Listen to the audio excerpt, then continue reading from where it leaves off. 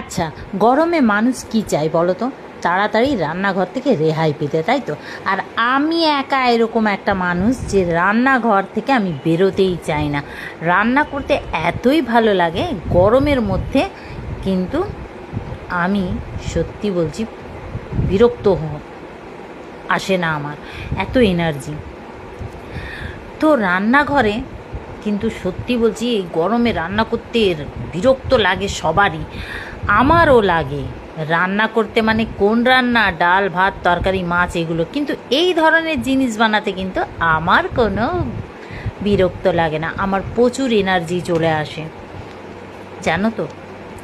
ভালোবাসি তো এসব রান্না করতে, খাই না কিন্তু ভ্যারাইটিসভাবে এই ধরনের জিনিস বানাতে। তো আজকে না ব্রাহ্মিস আচার বানালাম।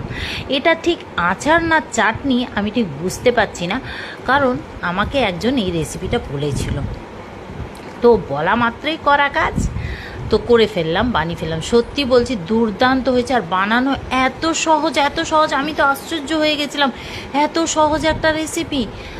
সত্যি বলছি, মানে আমি বানিয়েছি কম, দুটো আমের, বড় বড় দুটো, মানে 500 আমের